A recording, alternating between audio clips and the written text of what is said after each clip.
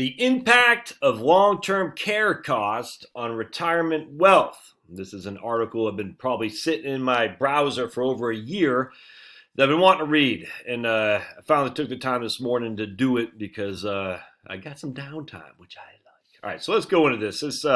I just think this whole thing is so way overblown. I got a new mic here. Hopefully it's working, so we shall see. All right, so this is from the Society of Actuaries. Anna Rappaport, I've used her quite a bit in the previous articles. It's probably been a while since I looked at her, but I think EBRI maybe, Employee Benefits Research Institute, Society of Actuaries, SOA, I use quite a bit. Let me just move this because it's like right in my face. All right. Managing the impact of long-term care needs and expense on retirement security monograph. Monorail. Remember monorail? Who knows where monorail is from? All right, so let's read this. This is 2014, but it's still just as prevalent or relevant today. I just want to go over a couple things. We're going to skip a lot, and I'll put links in the show notes. I want to read down here, right here. Let's see here. Hold on. Okay, overview of the risk. All individuals, their spouses, and family members are exposed to long-term care risk. I don't think anyone denies that. Anyone can experience a problem that requires LTC, but more likely at older ages. Most care is provided at home by family or friends, and even if this care is provided outside the home, the support of family or friends is often needed. Although most care needs are manageable for caregivers of the family, when an individual needs help with multiple activities of daily living, it was called ADLs. We're going to talk about that here in a second. Remember, ADL, in-home provision of care, can become an all-consuming task. All right, so here's where they're going to make you scared. The 2011 U.S. Census Bureau, ACS, American Community Survey, estimates that 8 million people experience difficulty with self-care. 8 million of a country of 330 million, all right? So 13 million adults experience difficulty with living independently. What is difficulty? I don't know. 14 million children and adults have difficulty remembering, concentrating, and making decisions. 20 million children and adults experience difficulty with walking or climbing chairs. Now, one of the things I want to point out is I'm 50 years old, in relatively good shape, and I have long-term care. In fact, we just added through the Knights of Columbus, which is a Catholic fraternal organization where I have my long-term care, and Charlotte does. We just increased our benefit. I think it was something called GPO. I can't remember what it's called, Guaranteed Payment Option or something like that. And I will keep it until all the kids are out of the house and we downsize, and I'll get rid of it. But I am going to keep it just in case, because there is a sizable amount of people in nursing homes, long-term care facilities, are under the age of 65. And if that were to be me and my wife had to pay for it, we would be a hurt unit for sure. All right, so let's keep reading. For people with long illnesses, there may be a gradual decline, leading the need for care over time. Particularly true with diseases such as Parkinson's and Alzheimer's. People may need assistance of some type long before they qualify for benefits in a long-term care insurance program. All right. Health status, the need for support also change by age, increasing substantially after the age of 80. As shown in Table 1, the percentage of the population who is disabled by age group for the over age 65 group. By 85, more than 50% of the population has at least a mild or moderate disability. By 85. Okay, interesting. So remember, 85. Although the table provides health status for the elderly in 1984 and 1994 National Long-Term Care studies, the percentages at each label are relatively stable. I also want to make a sales pitch to you. If you haven't, buy my book. I don't have a copy here, I guess. Wait, no, I don't know where it is. Anyway, on You Can Retire on Social Security. Buy my book, You Can Retire on Social Security. You think I'd have a copy at the ready, but I don't. All right. Oh, right here. It's not good marketing, Josh. Right here. You Can Retire on Social Security, because I actually go through this quite a bit, as a matter of fact. So go buy that book right now. All right, let's go. All right, so let's keep reading. Unisex population distribution percentage by year, age, and disability groups. So they're just talking about they're taking men and women combined. In 1984, I want to show you this. This is nuts. If you're 65 to 69, 89% of you had no disabilities. 7% of you had mild disabilities. 2.7% had ADLs, that is, that you had activities of daily living that you could not meet on your own. Less than 0.5% had cognitive impairment, and less than 1% had cognitive impairment and ADLs. All right, so 2.7% had ADLs, and let's see, about 4% roughly of the population had cognitive impairment and ADLs. All right, it's actually, but even ADL in of itself doesn't necessarily mean you qualify for long-term care insurance payouts. It just means you have activities of daily living that's a problem. In fact, we go down here, I'm going to show you something. Individuals in categories 4 and 5 would generally be considered to benefit from long-term care. So it's really only these right here, 4 and 5, that are going to benefit from long-term care. I want to point that and keep that in mind. So that's if you're 65 to 69, and this is 1984. Pretty much the same thing in 1994. A little bit more people, 3.2 to 3.6% had ADL and cognitive impairment.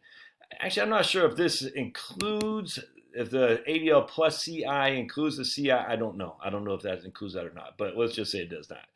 So in 1994, 5% of the population 65 to 69 essentially qualified for long-term care. They either had 2 activities of daily living they could not do on their own: bathing, transferring, eating. Transferring is the big one, actually. It's actually getting up and rotating. That's tough for people with knee impairments and hip replacements and stuff.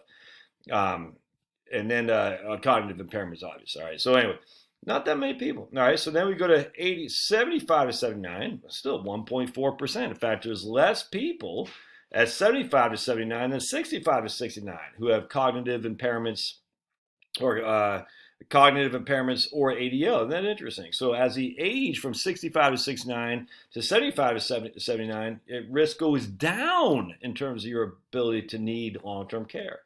Then you hit the 80s, it starts going up a little bit. So let's just say these two things can be combined. 10% of the population, let's say 8% of the population between 80 and 84 would qualify essentially for long-term care insurance.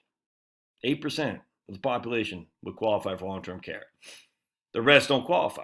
That means 92% of the population don't qualify. Now, that doesn't mean they don't have some kind of disability, but still, 2/3 of the population has no disability. 80 to 84, 2/3 had no disability. 18% has mild to moderate disability. That's it. If you're 85 to 89, about half have no disability. A quarter has mild to moderate disability, and even then only 13.7, let's say 17% roughly, 17.5% would qualify for long-term care, but that's 85 to 89. Now, if you start getting up to 90s, 21% of people have ADLs. So basically 25% of the population at 90 to 94 have cognitive impairment or ADLs. And then when you're in there 95 to 99, about 37 to 38% have cognitive impairment ADL. So the majority don't. It's crazy. So I just want to point that out. That's not all that devastating now, is it? You're like, all right. I mean, again, if you're between 80 and 89, 19% of you are going to have ADLs plus cognitive impairment. 7% of you, roughly, are going to have, 6.5% are going to have just cognitive impairments. That's it. Between 80 and 89. And if we go down here, let's check this out. What's your life expectancy? If you're 85, if you're 75, your life expectancy is only another 9.76 years. That's it, man. So if you're 75, half of you are going to die before you hit 85. If you're 65, half of you are going to die before you hit 80. If you're a female, it's a little bit longer. We know that. If you're 75 as a female, half of you are going to die before you hit 87. But if half of you are going to die before you hit, let's just say 85, that means this category right here doesn't even apply to you. That's if you're 75 right now. I mean, there's not that many people who survive into their mid to late 80s. There's just not. I mean, look right here. If you're 85 to 89, this is 1994. It's going to be the same in 2004, maybe a little bit higher, but still. 13.7 has ADL, activities of daily living, they need assistance, and cognitive impairment. Only 4% have cognitive impairment. Let's just say it's 5%. How many of you are going to survive until your mid-80s? Well, the life expectancy here, if you're 75 and you're a woman, half you're going to live until you're 87. Half you're going to die before that. If you're a man, half you're going to, at 75, half you're going to die before you're 85. And if you're 65, half of you die before you're 80. So what happens? You survive till you're 65. Some are going to die off. It'll be less people who survive till they're 75, and less people survive till they're 80, less people survive till they're 85. Not that many people living that long. Here's where it's odd, though. The CBO, and I can't trust me, I don't trust the CBO as far as I can kick them, estimates that 45% of individuals turning 65 in 2010 will need nursing home care at some time during their remaining lifetime, and 33% will need it for 3 months or longer. So first of all, they say, as long as you hit 65, 45% of you are going to need some sort of nursing home for at least 3 months. Or for at least for some point. Okay, well, nursing home for, what does that mean? For a month? And a third of those people who need nursing homes will need it for 3 months. Okay. So, I mean, the odds slowly become less and less extraordinary for you that will be you, and it's going to devastate you. It becomes less and less. Now, these guys in 2006 estimated about 2/3 of those turning 65 will require long-term care. And while most of that care will be received at home, they can expect to spend an average of 1.1 years in nursing or assisted care facilities. You can't let that scare you. The average, I'm just telling you right now, I'm in a nursing home for 10 years. You're in a nursing home for 1 year. What is our average? It's 5.5 years. But that's not the way it works, because you were in there for a hell of a lot longer, or I was in there for a hell of a lot longer than you were. Does that make sense? So while the average is 5.5, it's only applicable it's not applicable to you because you were only in there for a year. And so that's why I always hesitate. We know for a fact, and when I talk about my book, there is a huge outlier who spends a significant amount of money and time over 5 years in nursing homes. I mean, a small outlier. There's a tiny percent of the population, but those skew the averages big time. Big time. I'm not saying don't prepare. I'm just saying that the averages get skewed big time. It's a median we need to be focused on, and that's why I need to read my books. I talk about that. It's not nearly as risky as you think. It's not. Let's see. The majority of caregivers are female, above 50. But I also want to point out something too. Let's see. Evidence, or right here. So there's 2008 HRS Health and Retirement Study. Estimated a quarter of adult children provide personal care or financial assistance to an aging parent. Well, that makes sense. But all right. Nearly 2/3 of paid long-term care services are funded by Medicaid. A large proportion of Medicaid spending goes to payments for nursing homes and intermediate care facilities, but the proportion going to home and community-based services is increasing over the last decade, especially the fact that Medicaid is in a world of hurt. All right, so who's impacted by failure to plan? Well, I mean, if you don't have a plan to cover this, you're going to be affected. That's an impact. That's a fact. So what's your plan? Well, my plan is, they talk about some of the plans here. You can buy insurance. I mean, again, I have it. I will drop it once I'm out of the woods. But i.e., I don't have this big mortgage weighing over my wife's head. She would go destitute, or me, if I had to carry this mortgage. Was her if she had to carry this mortgage with me at not earning an income. That's fact.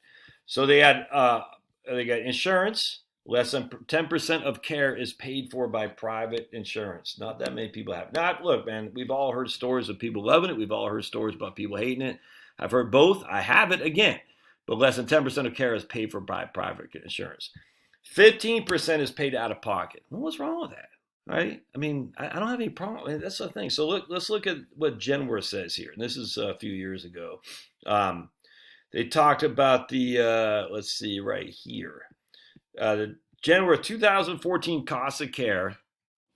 That's right up in here. Where was it? We got, that's cost of care, options for securing it. $212 a day.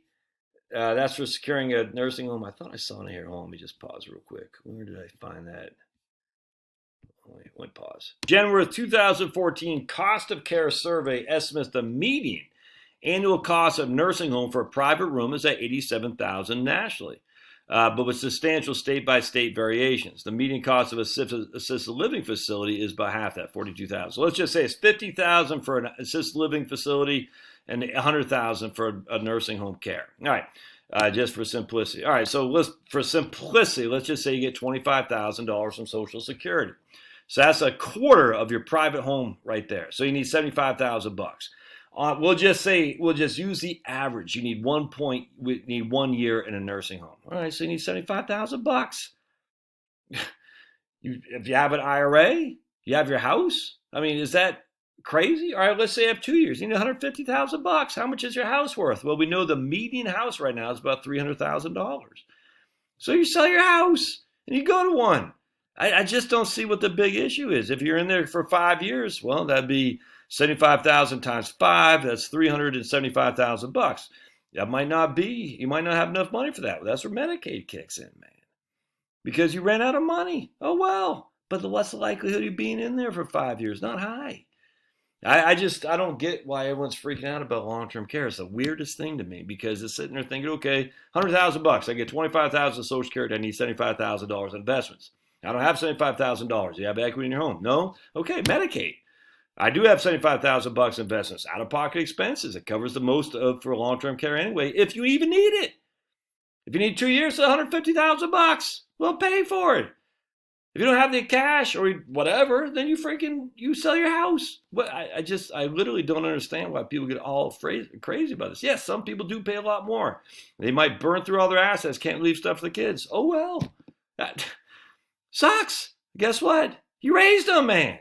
I don't know. I just don't see the big deal here. I just don't. Love to hear your thoughts on that. All right. Anyway, don't worry so much. Just do the research and think this through. Think this through. I will see you.